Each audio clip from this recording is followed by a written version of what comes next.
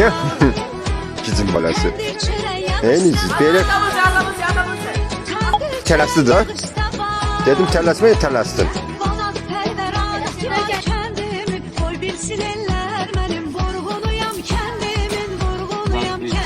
Kardal sorsuz ya. Bakma da kardallara.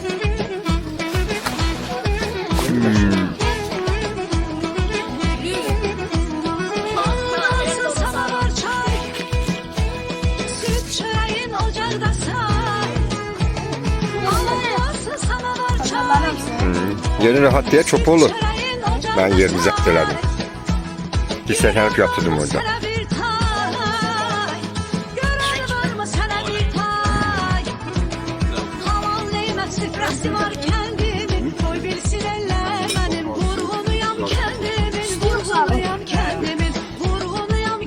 Çok boyu, çok boyu. Nasıl güzel bu? Sen. Sen ne diyorsun? Sen ne yapıyorsun? İyi. Məni saxla. Hadi saklayın. Hı. Abi. O var aslında. Maşında yapmadan var. Gördün Özcüğüm, sen dediğim bu cümle sabah işlemeyeceğim. Hı? Bu cümle sabah istirahat edin. Gördün.